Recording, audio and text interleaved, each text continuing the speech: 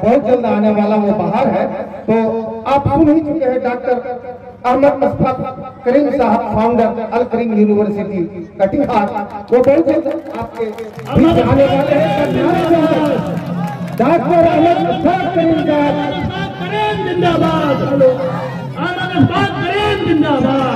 कटिहार को बिल्कुल जला देना, किले मुर्दा कत्तों पर तुम नसूहात से जिला देना, पिघल कर इश्क के सांचे में ढल जाएगा हर पत्थर, मोहब्बत के लिए नायाब ऐसा फलसफा देना, फना हो जाएगा हर पौधे पत्ता बुग़्ज़ो किन्ना का, फना हो जाएगा हर पौधे पत्ता बुग़्ज़ो किन्ना का, फना हो जाएगा हर पौधे पत्ता बुग़्ज़ो किन्ना का, मैं नफरत की जमीन पर प्यार का वो गुल खिला दूंगा। डॉक्टर अहमद मुस्तफा करीम साहब जिंदाबाद, जिंदाबाद, अहमद मुस्तफा करीम जिंदाबाद, जिंदाबाद, कटिहार का संसद कैसा हो, करीम कैसा हो, कटिहार का संसद कैसा हो, करीम कैसा हो। और ईद में कम से कम आप लोगों के जरिए आपके कदम से उसका उद्घाटन हो जाए तो हमारी बड़ी खुशनसीबी होगी। मंच पर बैठे हैं, ये इतना अच्छा नाम मुझे आज मिला है कि मैं कहूँ कि हमारे भी हमराज है जनाब हमराज साहब से गुफ्तगू हमारी हो रही थी। काश हम सबों को अच्छे बावकार हमराज हमेशा मिलते रहते तो शायद दिल की बातों को एक दूसरे से शर्मसाई हो सकती थी। बहरहाल मेरी खुशनसीबी है, दानिश साहब बैठे हैं, आपने सुना कि मेरे भतीजा हैं, वो डायरेक्टर हैं आईटी सेक्शन के, वहाँ के डायरेक्टर हैं। अब्दुल गनी साहब बैठे हैं, पहले अध्यक्ष रह चुके हैं आपके जिला के और अब भी किसी पद पर हैं आपके प्रदेश के। उनके बगल में आप ज्यादा आशना हैं जनाब जलील साहब, मरहूम कहे रहमतुल्लाह अलैह कहे, उनके साहबजादे बैठे हैं। टिंकू बाबू हमेशा मिलते जुलते रहते हैं, अच्छा लगता है मुझे। उनके बगल में जनाब सगीर साहब बैठे हैं जो प्रदेश के जिला के आपके कटिहार जिला के माइनॉरिटी विंग के सदर हैं। वो भी अपनी मेहनत से कामों को आगे बढ़ाते रहते हैं। आपने श्री कुंदन यादव जी की बात सुना, आप कितना अच्छा बोलते हैं। अगले बार नहीं बल्कि पिछले बार अभी आपने लोकल बड़ी से एमएलसी का चुनाव लड़ा था, मैं भी बहुत जगह गया था। बहरहाल हमें अफसोस इस बात का है कि भाजपा के लोग अकेले खड़े होते हैं और जो सेकुलर कहते हैं अपने को, वो भाजपा की मदद करने में दो चार खड़े हो जाते हैं, जिसकी वजह से जो सेकुलर जहन के लोग हैं, जो सेकुलर वोटर्स हैं, वो बट कर भाजपा को जिता देते हैं। यही अलमिया है कि आप नहीं जीत सके, सेकंड पे आके रह गए, क्योंकि तारिक अनवर साहब ने शिकायत होगी, मैं शिकायत नहीं करता। बहरहाल आपके ही एक बिरादर को खड़ा कर दिया जो आज कांग्रेस के अध्यक्ष है, उस वक्त खड़ा कर दिया जिसे ये सेकंड कर गए। और अशोक अग्रवाल जी कामयाब हो गए। तो ये हमेशा ये सिलसिला चलता है।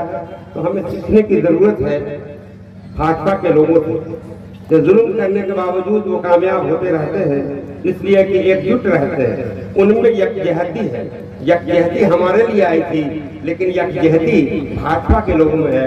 कितना अफसोसनाक और दर्दनाक मामला है कि हम लोगों में यकजहती नहीं है, बल्कि हसद है कि वो क्यों जीत जाएगा, हम क्यों नहीं जीतेंगे, हम क्यों नहीं खड़े होंगे।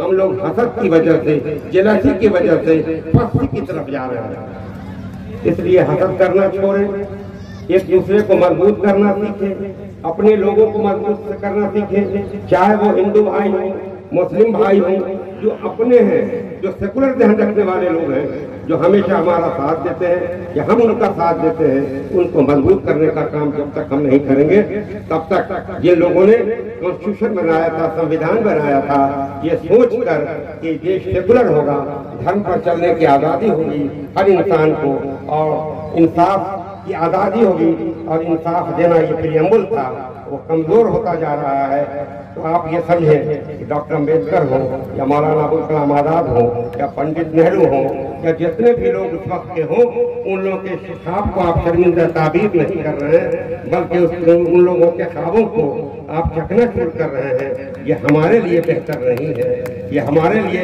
अच्छा नहीं है, हमारे अगले नस्लों के लिए अच्छा नहीं है। आपने देखा हमारी आदिवासी नेत्री बैठी हैं, कितना अच्छा बोलती है, ललिता तिर्की जी हैं, हमारी राखी यादव जी हैं, सारे लोग। आप शम्मी साहब हैं जो आपने सुना माइनॉरिटी के लीडर हैं और जनरल सेक्रेटरी है प्रदेश के, समृद्ध कुणाल जी हैं, आपने सुना उनकी तकरीरों को, कांधे में कांधा मिलाकर चलते हैं और हमेशा कोशा रहते हैं कि किस तरह से लालू जी की जो उनका उसूल था, जिसको तेजस्वी जी ने जमीन पर उतारने का काम किया है, उसको कैसे मजबूत किया जाए, उसके लिए कोशा रहते हैं। सभी लोग कोशा रहते हैं। कुंदन जी भी इस कोशिश में लगे रहते हैं, तो हलीम साहब भी इस कोशिश में लगे रहते हैं, अजहर साहब है वो भी उनकी कोशिश में लगे रहते हैं, और मंजर कमाल नजम साहब भी आप देखा मैंने कि बड़ी कोशिश में लगे रहते हैं, तौहीद आलम साहब भी कोशिश में लगे रहते हैं। जब से हमारी मुलाकात हो रही है इन लोगों से, मुझे लगता है कि सब लोग चाहते हैं कि इस इलाके को, कटिहार को कैसे मजबूत किया जाए। भोगन शाह, हमने देखा नाम भोगन शाह है, किस तरह दौड़ते हैं हमारे इस्तेमाल के लिए, अच्छे लोगों को ढूंढते हैं, कैसे ये इलाका तरक्की करेगा, ये मैंने देखा। मैंने पूछा आपका नाम क्या है, भोगन शाह। हमने कहा नाम माशाल्लाह बहुत बेहतर है, और वालदैन ने कुछ सोच कर रखा होगा नाम। बहरहाल शाकिर आलम साहब हैं, जमीर साहब हैं, हमराज साहब हैं, तनवीर साहब हैं, मनोवर सरपंच साहब हैं, रहमतुल्लाह साहब हैं, मेराज साहब हैं, शाकिर साहब हैं, सारे लोग हैं। ज़ियाउल इस्लाम साहब से हमेशा मेरे फोन पर बात होती रहती है, इनका नाम लो। सारे लोग बड़े मुअज़्ज़िज़ हैं आपके, जिनसे मेरी मुलाकात पहले भी थी और फिर मुलाकात हुई है। हम शुक्रगुजार हैं आप सबों को। आप भी सोचते होंगे कि सिर्फ नाम के कसीदा खानी कर रहे हैं। जाहिर है कि कुव्वत इंसान में है, इंसान तौला नहीं जाता बल्कि गिना जाता है, कुव्वत उसमें है। और सबसे बड़ी कुव्वत आप में है जो आप सामने बैठे हैं, सबसे मुअज़्ज़िज़ आप हैं। कभी मैंने देखा है जो यहाँ पर लोग बैठे हैं, कभी आप उधर बैठते हो, कभी हम उधर बैठते हैं। ये एक सिलसिला है जिंदगी का, ये दौर है। जरूरी नहीं कि आप वहाँ बैठते हैं परमानेंट और हम परमानेंट यहाँ बैठते हैं, ऐसा नहीं होता। जब मैं कटिहार में आया था तो जमीन खोजने के लिए परेशान रहता था। जहाँ नींद आती थी सो जाता था, दिन रात चक्कर में था कि जमीन कैसे खरीदी जाए। रहने वाला वैशाली जिला का, लेकिन बहरहाल कुछ लोगों की मदद से जमीन मिली और आज एक धरोहर खड़ा है आपके लिए। बहरहाल उस पर मैं चर्चा नहीं करूंगा क्योंकि बहुत बातें हो चुकी हैं, लेकिन मैं कहना चाहता हूं आपसे, बातें होती हैं सामाजिक न्याय की, सामाजिक न्याय की बातें होती हैं, लेकिन आर्थिक न्याय की बात नहीं होती। एक बात आप बताएं, अगर आर्थिक न्याय नहीं हो, आप अर्थ से मजबूत नहीं होंगे, तो क्या सफेद पोष लोगों के बगल में आप बैठ पाएंगे? तो जब तक आपके पास अर्थ नहीं होगा, जब तक आर्थिक न्याय नहीं होगा, तब तक सामाजिक न्याय असंभव है। इसलिए अर्थ पैदा करना होगा, आर्थिक न्याय करना होगा सरकार को, और आप लोगों को भी इसके लिए मेहनत करनी पड़ेगी। हम सब लोगों को तभी सामाजिक न्याय हो सकता है, नहीं तो बड़े छोटे की जमीन कभी खत्म नहीं होगी, हमेशा कायम रहेगी। अब आर्थिक न्याय कैसे होगा?